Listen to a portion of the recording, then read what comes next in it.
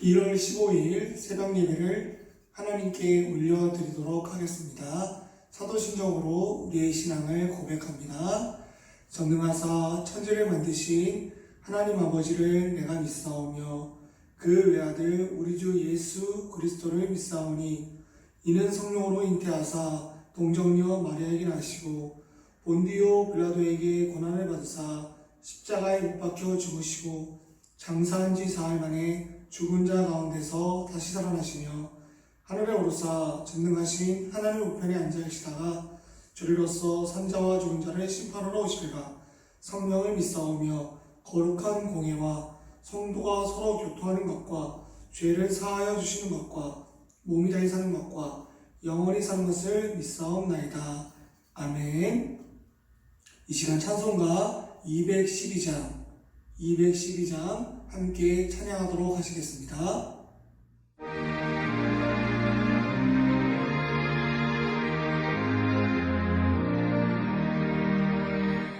겸손히 주를 섬길 때 괴로운 일을 모르나 구주여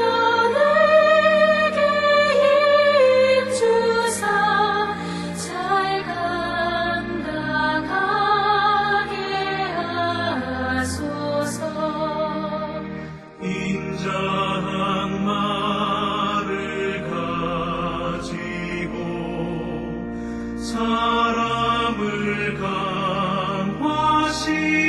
감화시키며 갈 길을 잃은 무리를 잘 인도하게 하소서.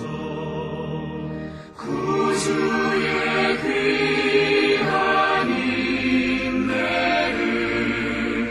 깨달아 알게 하시고 굳건한 믿음 주셔서 늘 승리하게 하소서.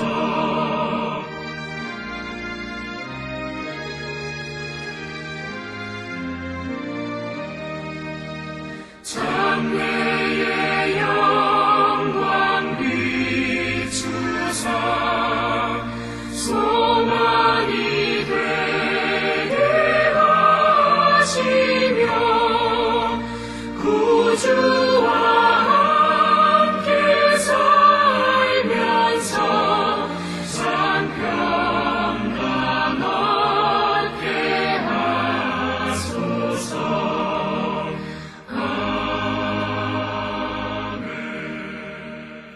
자, 오늘 함께 보신 말씀은 민수기 15장 1절에서 10절 말씀, 1절에서 10절 말씀 제가 읽어드리도록 하겠습니다. 여호와께서 모세에게 말씀하여 이르시되 이스라엘 자손에게 말하여 그들에게 이르라. 너희는 내가 주어 살게 할 땅에 들어가서 여호와께 화제나 번제나 서원을 걷는 제사나 낙헌제나 정한 절기의 제에 소나 양을 여호와께 향기롭게 드릴 때에 그러한 헌물을 드리는 자는 고운가루 10분의 1에 기름 4분의 1 흰을 섞어 여호와께 소제로 드릴 것이며 번제나 다른 제사로 드리는 제물에 어린 양이면 전제로 포도주 4분의 1 흰을 준비할 것이요 순양이면 소제로 고운 가루 10분의 2에 기름 3분의 1 흰을 섞어 준비하고 전제로 포도주 3분의 1 흰을 드려 여호와 앞에 향기롭게 할 것이요 번제로나 서원을 갚는 제사로 화목제로 수송아지를 예비하여 여호와께 드린 때에는 소제로 고운 가루 10분의 3 에바에 기름 반이를 섞어 그 수송아지와 함께 드리고 전제로 포도주 반인을 드려 여호와 앞에 향기로운 화제를 상을 지니라. 아멘. 자, 오늘 말씀은 여호와께서 모세에게 말씀하시고 그 모세에게 이스라엘 백성에게 전하는 말을 우리에게 들려주고 계십니다. 그럼 여기서 말하는 이스라엘 백성은 어떤 백성일까요? 저희가 이전 단락을 살펴보면 좀 더 정확하게 알 수 있습니다. 이 가나안 땅에는 바로 모든 백성이 들어갈 수 있던 게 아니었어요.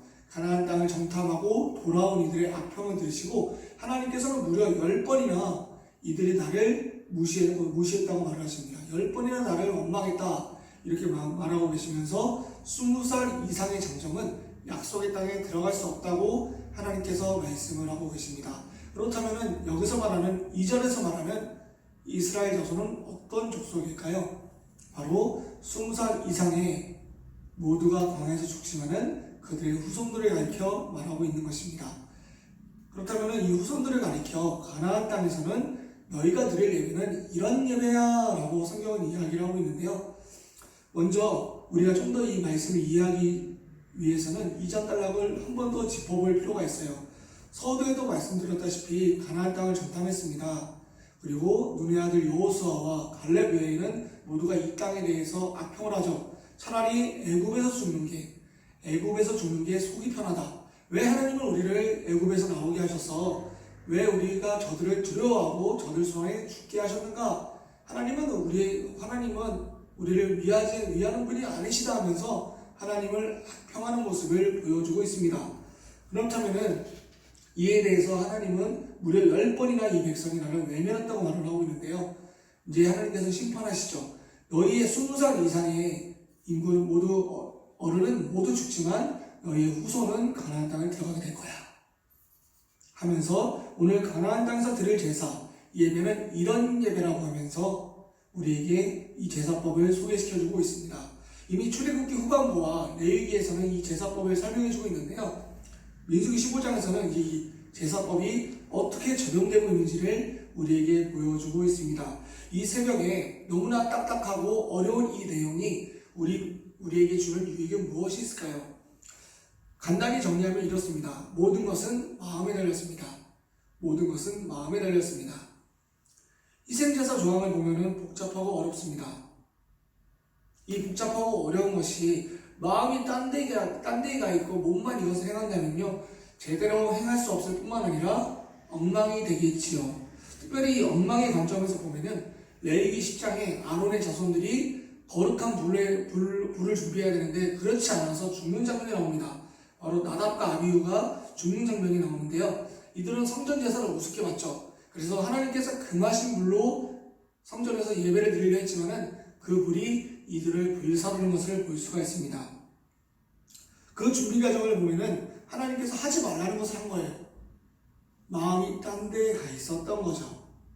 그래서 어떻게 됐습니까? 그 불이 그들을 삼켜버렸습니다. 아무리 어렵고 복잡해도 그 마음에 하나님을 향한 믿음과 사랑이 있으면은요, 어렵고 복잡한 것은 두 번째 문제가 되더라고요. 어렵고 복잡한 것은 두 번째 문제. 마음은 우리의 상태를 분명히 보게 합니다. 하나님께 우리 마음이 향해 있는지, 아니면은 하나님 외에 다른 물순물이 섞여 있는지. 만약 우리 마음이 하나님이 충만하다면요, 바로 아무리 어렵더라도 이 예물을 기쁘게 드릴 수 있을 거예요. 생각해 보십시오. 애굽에서 나왔습니다. 그 하나님의 사랑에 힘입어서 나왔어요. 우리의 소리를 듣고 잊지 않으시고 끌어내주셨는데 이스라엘 백성들은 이제 원망하고 있죠. 마음에 하나님이 없는 것입니다. 그래서 이처럼 마음이 기쁘지 않는다면요, 우리가 모든 예배 행위는 정성은 나올 수 없을 뿐만 아니라 대충, 그리고 모든 예배는 행위에 불과하다는 모습을 우리는 성경에서 발견할 수가 있습니다. 보십시오. 이전 단락에서 모세에게 불평했어요. 그리고 이제 너희들이 가나안 땅에 못 들어간다는 그 말을 듣고 나서 이 사람들이 어떤 행동을 합니까? 이스라엘 백성들이 마음이 앞선 거예요. 이 광야에서 개죽을 수 없다. 개죽음을 당할 수 없다. 그래서 마음만 앞서서 가나안 땅으로 올라갑니다. 근데 신기한 건요, 이들이 가나안 땅을 정탐하고 나서 두려워했어요. 어떻게 우리가 저 땅을 정복할 수 있냐? 저들은 우리보다 몸집도 크다! 이러고 있는 거죠. 모세가 말려도 올라갔어요. 성경에 보니까 언약궤는 움직이지 않고 이스라엘 백성들만 마음이 앞서서 올라갔다고 합니다. 이상하죠? 두려워 떨었던 이들이 무슨 용기가 생겼는지 겁없이 올라가기 시작합니다. 광야에서 사는 것보다 약속의 땅에 들어가서 편하게 살려는 이들의 마음을 정확히 보여주고 있는 거죠. 하나님보다 내 편의가 중요하다는 것입니다. 그렇기 때문에 오늘 우리에게 민수기 15장은 참 중요합니다. 여러분의 마음이 어디에 있는지, 하나님인지 아닌지, 하나님이라면 아무리 어려워도 이것을 기쁘게 할 수 있습니다. 이 새벽에 우리 마음을 한번 점검하는 복이 있기를 원합니다. 내 마음의 중심은 무엇입니까? 내 마음에 하나님은 과연 계십니까? 내 마음에 하나님으로만 충만하다면요, 이 새벽 기도하며 우리의 삶을 하나님께 드리는 기도를 한번 해봅시다. 그리고 그 삶을, 그 드리는 과정을 기쁨으로 드릴 수 있도록 우리의 마음을 하나님께 드려보는 거예요. 그러나 내 마음이 여전히 나로 가득하다면요, 그래서 하나님 뜻보다 내 뜻을 이루는 것에만 너무나 얽매여 있다면은 괜찮습니다. 이 시간 하나님께 회개하면서 돌아오면 됩니다. 예배가 행위로 끝나지 않고 내 마음과 정성을 드릴 수 있는 예배가 될 수 있도록. 성경은요, 하나님보다 앞선 모든 것을 죄라고 합니다. 죄. 우리가 너무나 듣기 싫어하고 너무나 생각하지 않는 것을 죄라고 하는데요, 내 마음이 앞선다면은 지금 우리가 읽고 있는 이 조항들이 이스라엘 백성이라고 우리가 생각했을 때 얼마나 부담스럽게만 다가오겠습니까? 반면에 내 마음에 하나님이 계시다면요, 어떻게든 드리고 싶은 마음이 클 거예요. 그래서 어떻게 하면 드릴 수 있을까? 어떻게 하면 정성스럽게 할 수 있을까? 생각을 해보게 됩니다. 그래서 이 새벽 우리의 마음이 어디에 있는지를 한번 질문해 보시고 답해보길 원하십니다.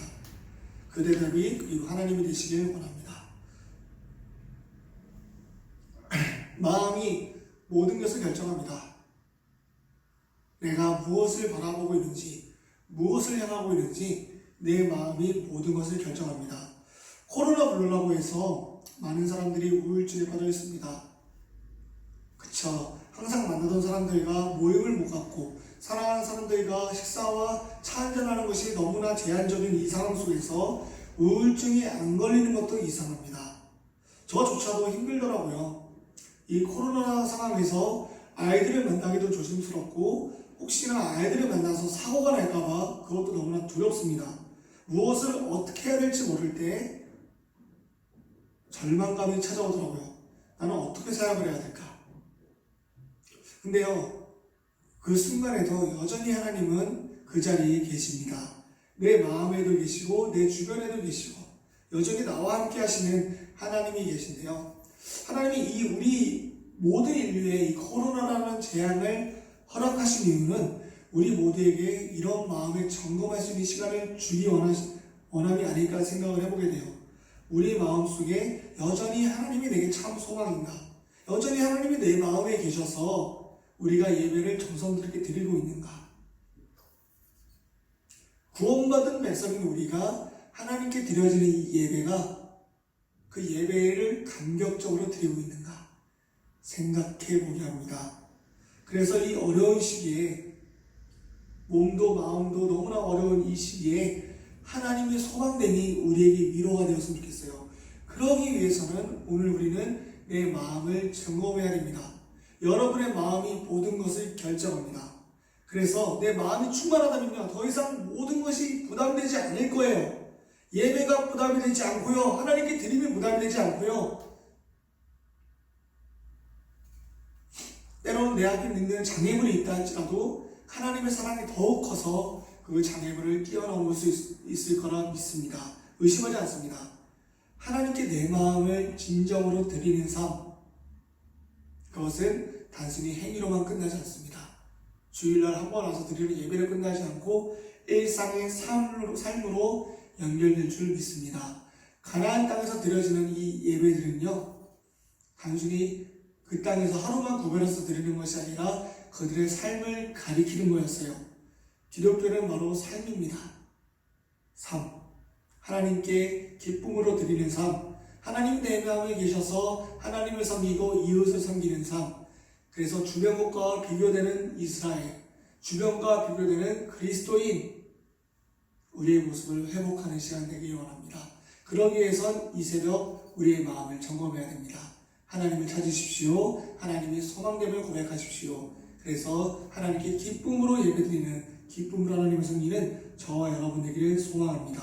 일상의 삶에서 함께 예배합시다. 오늘 이 시간 한번 기도했으면 좋겠는데요, 두 가지 놓고 한번 기도해 보겠습니다. 마음을 다해서 하나님을 사랑하여 일상에서 하나님과 동행하는 삶을 살게 하소서. 두 번째는 감사하게도 코로나가 다시 감소세로 들어갔습니다. 이 시기가 빨리 지나가서 온라인 예배를 드리고 있지만은 빨리 대면 예배를 드릴 수 있도록, 특별히 오늘은 다음 세대를 위해서도 이 새벽 한번 기도해 주시면 좋겠습니다. 이 시간 한번 주여 외치시면서 기도하도록 하겠습니다. 주여!